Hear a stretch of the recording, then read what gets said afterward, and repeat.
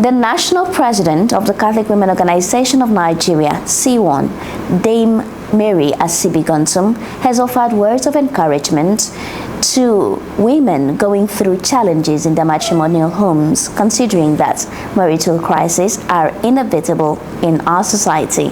She offered the encouragement during a recent interview at the Catholic Secretariat of Nigeria in Durumi, Abuja, with the news crew of the Catholic Television of Nigeria.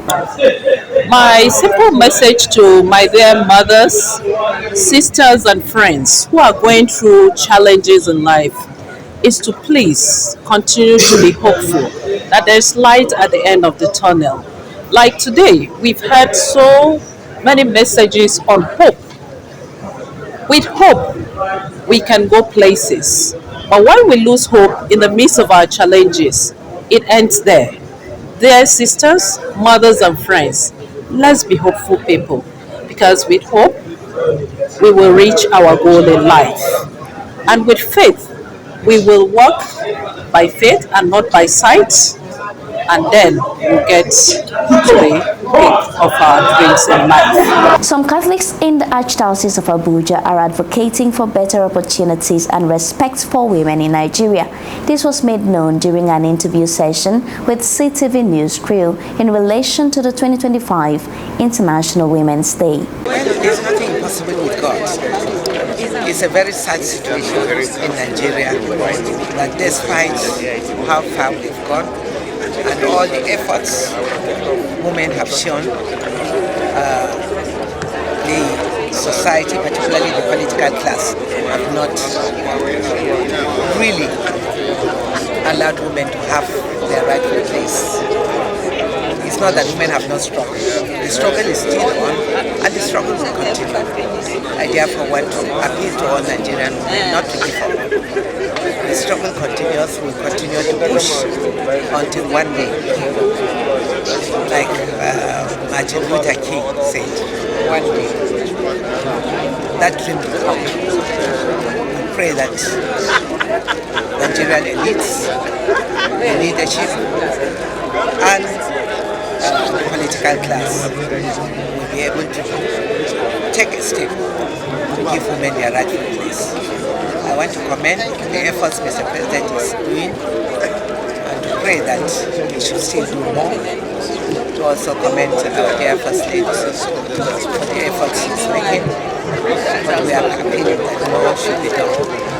And I believe more can be done. And to support women so that genuine, real national development can be achieved, because women constitute over 50%. So to neglect the women folk is like walking on one leg, or flying on one leg, which is dangerous. Before our history was disrupted by the colonial era, our society was a very even society where women were accorded the right of place in society. So we're not gender discriminatory in a traditional African culture. But of course, when colonialism came, some of the cultures and the aspects of the culture that they had were brought into our country. And so the elites inherited from their colonial masters the kind of attitude that we now see today. So I am hoping that we will return to that state where women are given the appropriate respect that they deserve in society as the mother of the nation. I come from Edo. In Edo we have Iyoba, we don't have Eroba. And that shows that the mother, the woman, is the real custodian of the tradition and custom of the people. So we want to revert to that place where everybody is treated with respect. Why are they the breadwinners? Because of the challenges of the contemporary world, where you find out that times are hard. In some families, feeding are very difficult because of the high rate of inflation in our country and even some parts of African country. So it is no longer the time that women will go back and sit in their homes and said, because I am the helpmate, let me just sit and be waiting for the man to bring the money for us to cook today, for us to offset so many bills. at home.